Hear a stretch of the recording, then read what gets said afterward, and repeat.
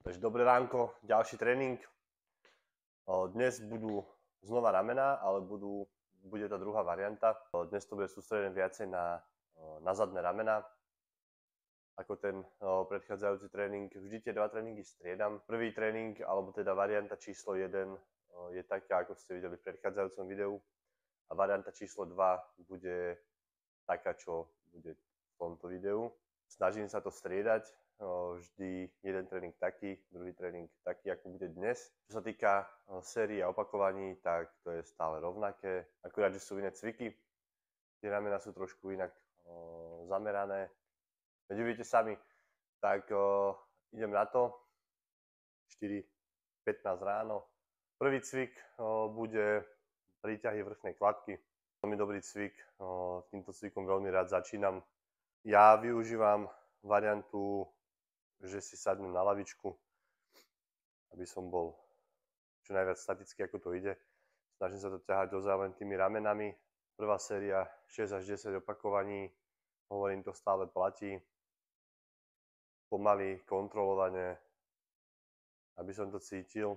A najdôležitejšia vec je vybrať si takú váhu, pretože 6 až 10 opakovaní vieš spraviť skoro vždy, ale ide o to, aby ten posledný bol naozaj posledný, aby si išiel alebo išla. Takže to naozaj cítiš, aby to bolo fakt už na hrane toho, že ten sval nevládze. Lenže pri tomto pozor, pretože je rozdiel zlyhania a zlyhanie, pretože ak ideš do takého zlyhania, že ma to začína boleť a ja už nevládzem s dýchom a páli to, tak to není také zlyhanie ako svalové zlyhanie, kedy už ten cvik nevieš vykonať správne.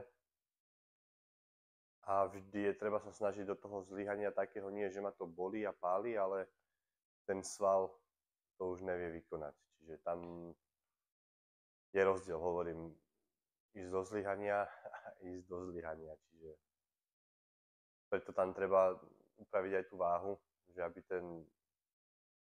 aby to opakovanie medzi tými 6 a 10, v mojom prípade posledné bolo naozaj také, že ten sval, už viem, že to ďalšie opakovanie by som nedal technicky správne. A nie vtedy, keď ma to začína páliť alebo bolieť. Na to si treba dať veľký pozor. Teraz pôjdem do druhej pracovnej série, kde trošku zvýšim váhu. Tiež sa budem motať okolo tých 6 opakovaní. Druhý cvik, príťahy osy k brade. Je to môj veľmi obľúbený cvik, ktorý cvičím veľmi rád. Je to komplexný cvik na celé ramená. Dve veci, ktoré by som k tomu povedal. Prvá je tá, že určite by som to cvičil s trhačkami. Je to oveľa lepšie, ako keď tú váhu musíš držať iba v rukách. Vypustíš predlaktie, trošku odbremeníš zápestia, je to lepšie cítiť. A keď už som pri tých zápestiach, tak čo sa týka úchopu, určite trošku širší úchop, minimálne na tú šírku ramien, aby ste mali ruky vlastne len spustené dolu. Pretože keď to držíš tak, že máš tie ruky naozaj pri sebe, tak extrémne trpia pri tom zápestia. A ten cvik nie je taký efektívny, ako keď to držíš trošku širšie. Hovorím, je to môj jeden z najobľúbenejších cvikov. Cvičím ho rád a veľmi rád ho zaraďujem v tomto tréningu ramien, čiže určite to vyskúšajte. Vyskúšajte to s trhačkami a vyskúšajte trošku širší úchop. A uvidíte, čo na to poviete. Za mňa je to top cvik, čo môžete cvičiť na ramená. Čiže smelo do toho. Predposledný cvik, veľmi dobre cítiť ramená, ide hlavne o tie zadné ramená. Znova pri tom používam trhačky a cvik vyzerá tak, že je to s jednoručkami. Sú to vlastne ako keby tiež také príťahy s tým, že začínam pozíciu jednoručky pri sebe, pred sebou a len to potiahnem vlastne. Dozadu je to minimálny pohyb, ale maximálne napätie pre tie svaly. Čiže preto to rád cvičím a je to veľmi dobrý cvik. Je to super hlavne v tom, že ten sval je stále v napätí a fakt netreba tam žiadnu veľkú dráhu pohybu. A ten sval robí to, čo má. Čo sa týka tých trhačiek, ako som hovoril už v jednom z videí, je to veľmi super pomocník a určite ich treba využívať aj na iné tréningy, na ktoré ich využiť vieš, aj keď necvičíš chrbát, pretože napríklad ako zrovna pri tomto cviku vieš tento cvik robiť s ťažšou váhou, ale keď ti tam zlyhá úchop alebo keď ti zlyhá to, že to nevládzeš držať, tak to samozrejme nemá význam a není to moc dobré. A presne tu ti pomôžu trhačky. Takže ľudia, tí, čo trhačky máte, tak ich aj využívajte.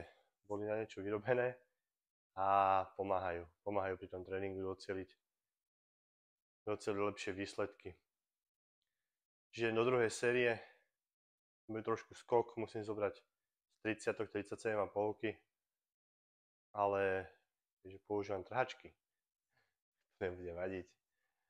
Idem na to a potom pôjdem do posledného cviku. A tu sú naozaj tie ramená v ohni. Tí, ktorí ste toto ešte neskúšali, tak to určite skúste a verím tomu, že nebudete ľutovať, lebo tento cvik je super. Idem teraz do posledného cviku.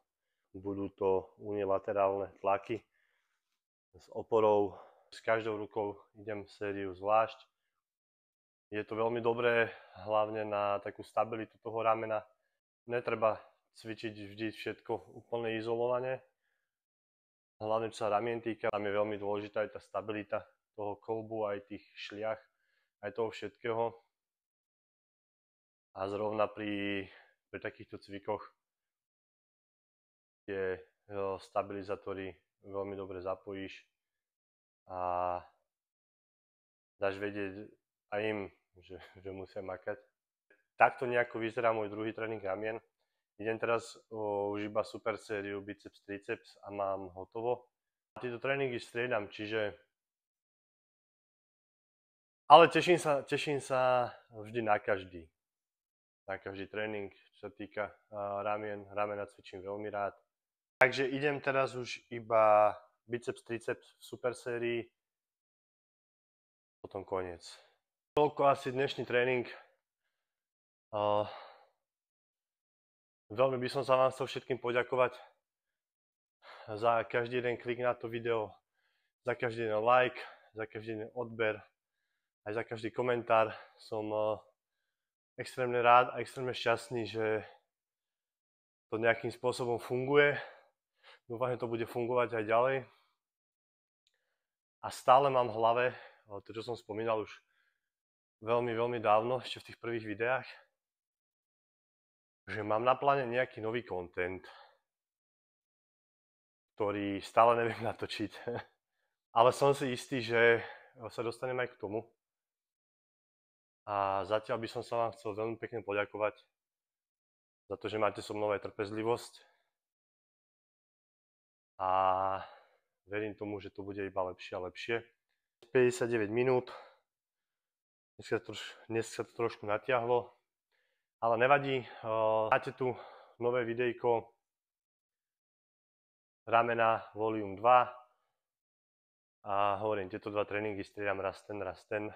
Najbližšie by som chcel spraviť video z tréningu nôh a pomaly postupne dúfam, že budem nabiehať na to, čo mám v pláne a čo chcem, len hovorím, za prvé to neviem tak dobre natočiť, ako chcem a za druhé ten čas veľmi vzácny, ktorého je málo, ale verím tomu, že sa mi podarí do toho zašlapnúť, čiže ďakujem vám ešte raz, nezabudni mi dať like, kľudne mi daj aj odber, nič sa to nestojí, na to posunie ďalej, čiže ďakujem ešte raz a vidíme sa na budúce, čaute.